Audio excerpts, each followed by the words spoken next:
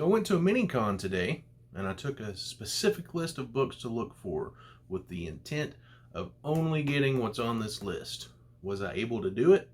Stay tuned to find out.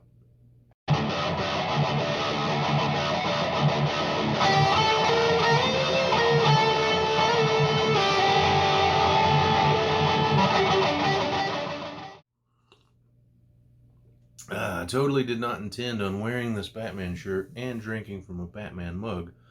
I had the shirt already, and this is just the mug that I reached for. It's funny how life works out that way, isn't it?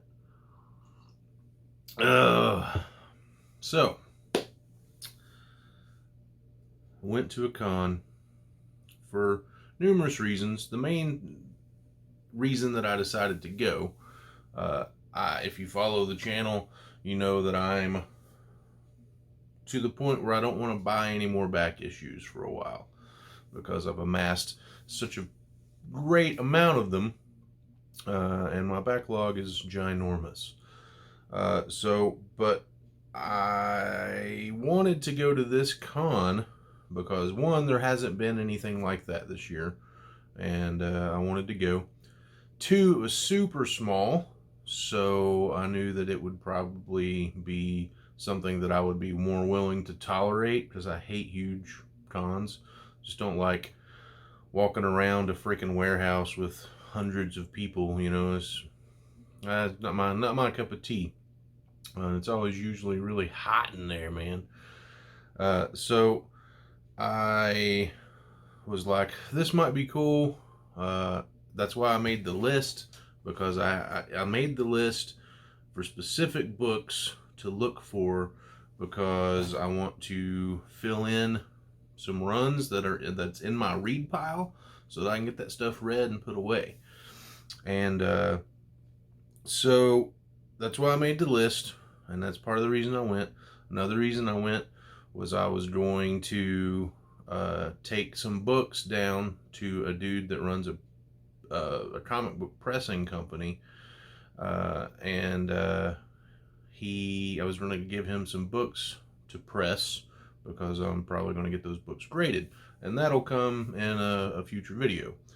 But so I went in with my list and with a budget. I stopped by the ATM and snagged $100, and I was going to spend just from that. Okay, and I didn't want to spend all of it, but that's the limit that I set for myself, was that 100. And I bought an energy drink with starting out of that money because I needed $5 to get in the door. So I broke one of the 20s for an energy drink, and so I went in with like $95, right? So what did I get? So check this out. So I walk around first looking for the dude to give my books to for the pressing, because I didn't want to carry those around all day. So I walked around, looked at everything, and then finally found the guy, and then gave him my books and my information and paid him, and all's good.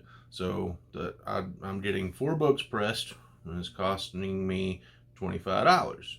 So that $25 comes out of the 95. All right, so that counts.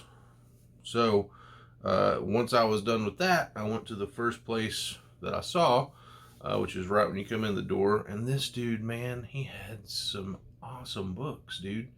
He had super old Batman books that I would have loved to just like bought a couple and like left and spent my $100 and be good, because they were beautiful and they were so cool. He had awesome stuff on the wall behind him. He had a Silver Surfer #1, one of my Holy Grail books, and he had some great stuff. But most of my stuff that I'm looking for is more modern age, and like most of his stuff that he had was not modern age. So I ran out of stuff to buy from him, according to my list, really quickly. He had some awesome Daredevils. I could have bought Batman, Daredevil, and Hulk books from this dude, and easily spent $100 on like 5 comic books, but they would have been worth it because they were dope. But I stuck to my list. So from that guy, I bought Batman number 407, which is Year 1, Part 4. I've needed this book for a while to complete the Year 1 set in my Batman collection. I'm not buying this because I'm waiting to read Year 1. I've read Year 1 tons of times. I bought this to fill in a gap, and it was on my list. So I bought that, marked it off my list. Batman 407. Then I went to the next dude, and he didn't really have a whole lot. He had some more modern stuff, but he didn't really have a lot of what I was looking for. And I was able to find one book from him, and it is Conan and the Songs of the Dead, issue 1, which is on my list. That's what I needed. So, cool beans. So then I went to this other dude, and he had some really awesome action figures. He had the NECA Teenage Mutant Ninja Turtle 2 action figures, and those are so freaking beautiful.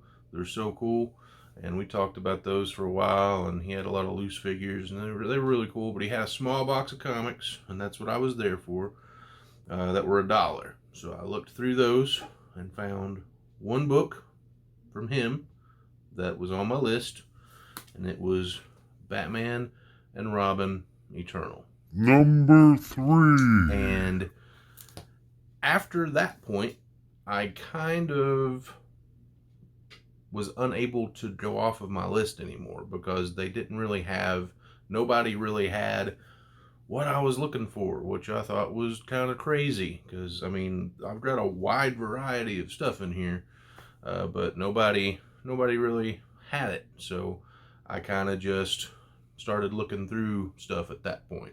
So this is actually going to be a 2-part video. Time out.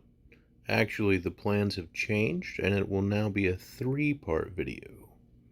A trilogy. Time in.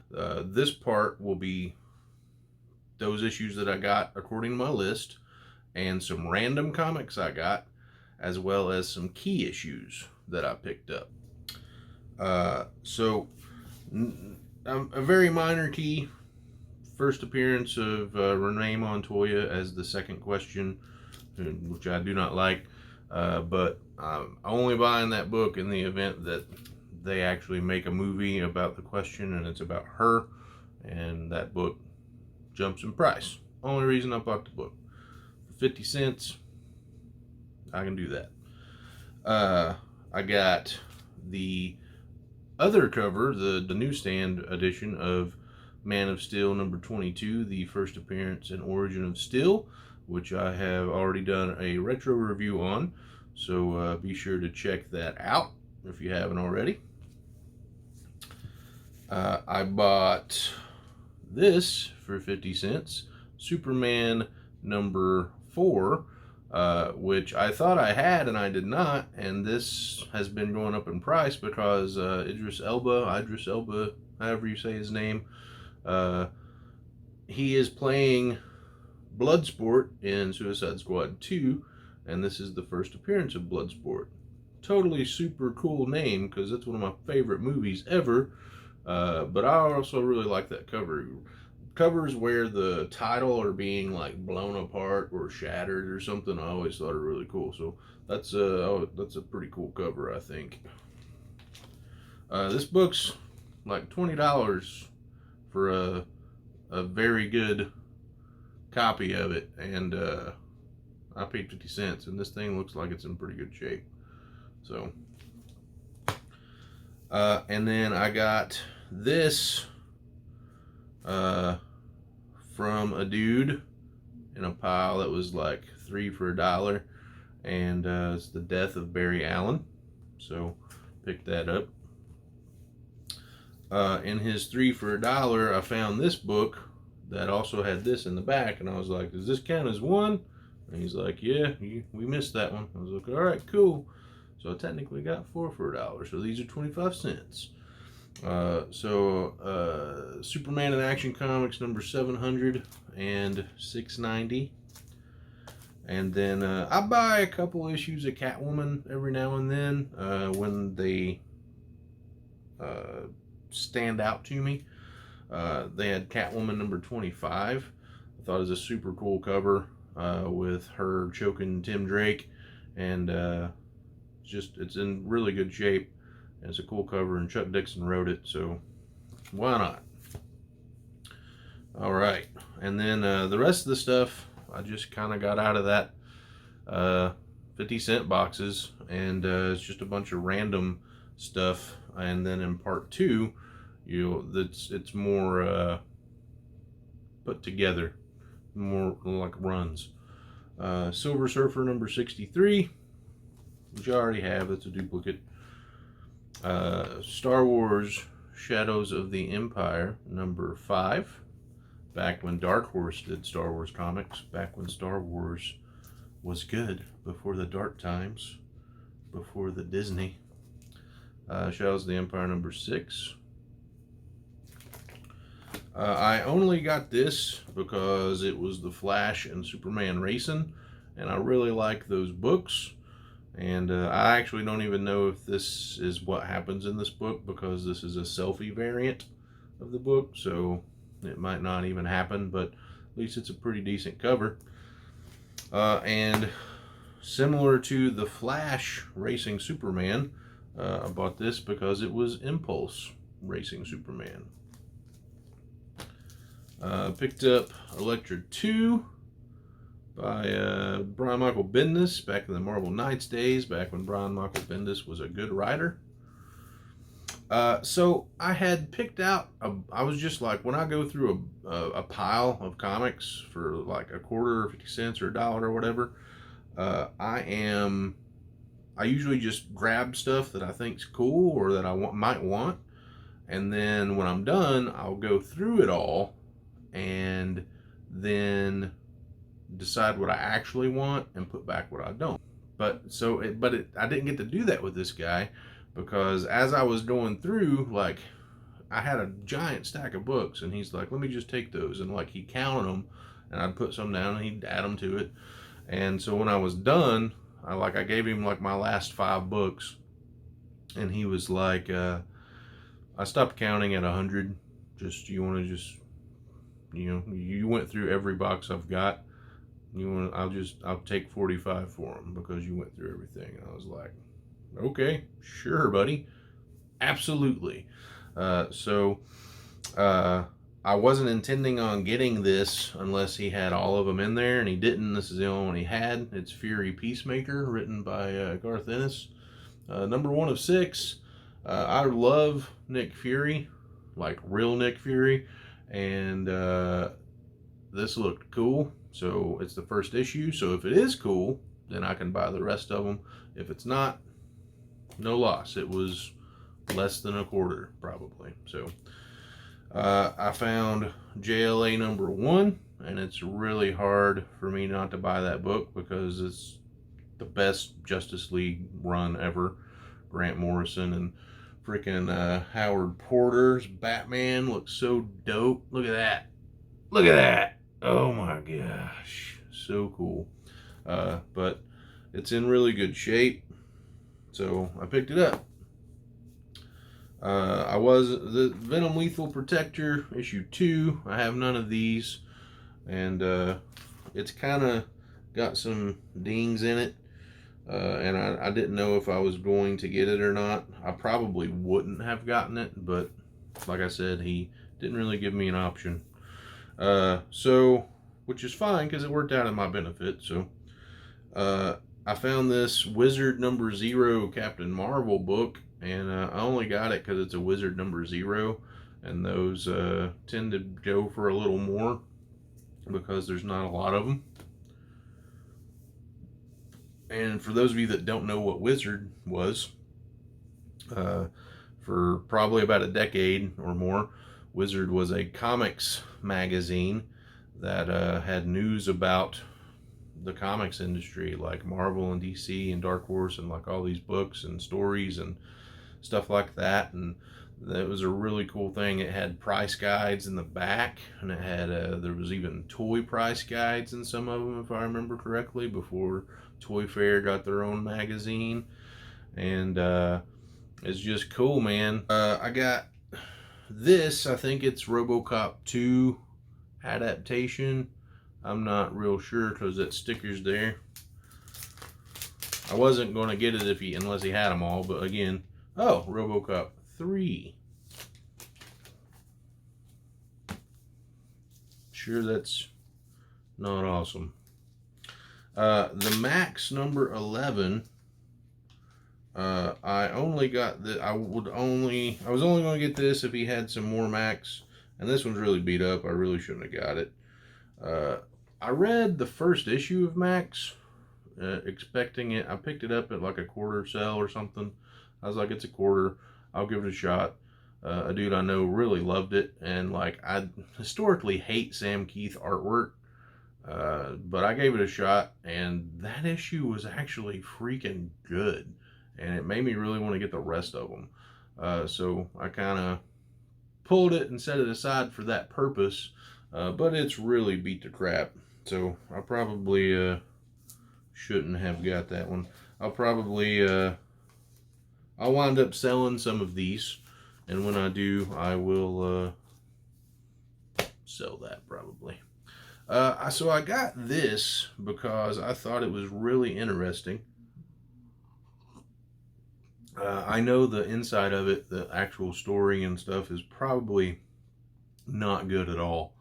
But I bought it because the cover was really wild. And it's Mirage Teenage Mutant Ninja Turtles. So the original Ninja Turtles run. Issue 39 from September of 1991.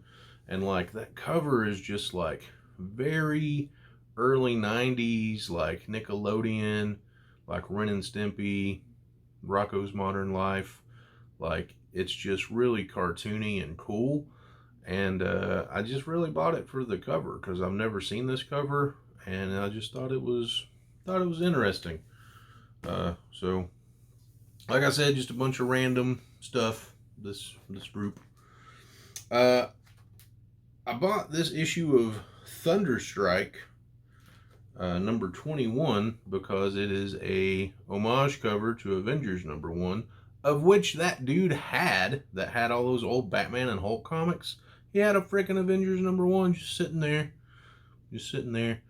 I was like, dude, man, like, what the heck, bro? Give me some of these comics. But I thought that was a super cool cover. War Machine, She-Hulk, and Thunderstrike fighting Loki. That's pretty cool.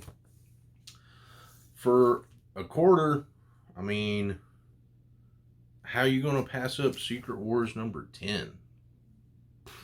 Like, it's just an iconic cover. It's so cool. It's freaking Secret Wars, and it's a quarter. Like, I will probably frame that and hang it on my wall. Like, it's cool.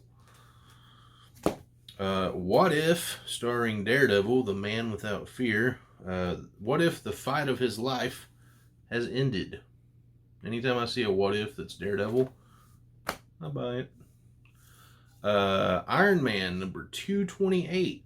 Now, this is from 1987.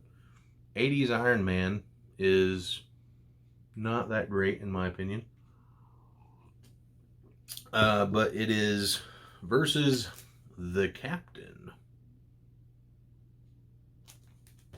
Say no more, Marvel. That's all I need. I'll buy that. Was only going to buy this if he had them all. It's the only one he had. Silk Spectre, number 2. Darwin Cook.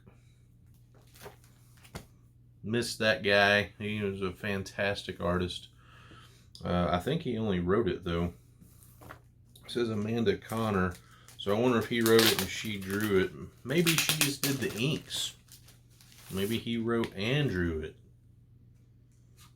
No, she drew it. Ugh. Lame. Lame. Again, I was only going to buy them if he had them all. But he only had these 3. But I'm kind of glad I did get these, because I would like to get all of these and put this together. Avengers Invaders, number 2 of 12, 3 of 12, and 4 of 12. Beautiful Alex Ross covers. Looks super cool. Putting together these Annihilation books, and Super Scroll number 2. Didn't have that one, so I picked it up. This just was in a random box, and it was polybagged, and it's Frank Miller's Sin City: A Dame to Kill For special edition. It's not numbered, just says special edition. I was like, what the heck is that? And so I picked it up. I think that this was like something with like the movie release. I believe, not sure. I'll open it up and check it out. I've looked it up online. It's nothing special. I think it was a comic that came with like a special box set of the movie. And then my last random comic that I picked up, I got it just because of the freaking dope cover, and I don't know who the cover artist is. So let me open it up really quickly and take a look. It might be John Byrne. He's the guy that did that Marvel fanfare that's up there. That's 29. See if it tells me.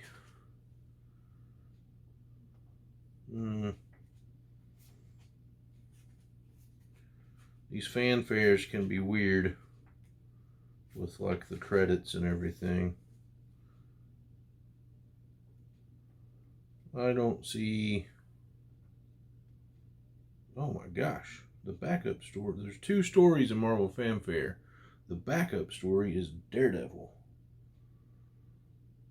produced by Barry Windsor Smith.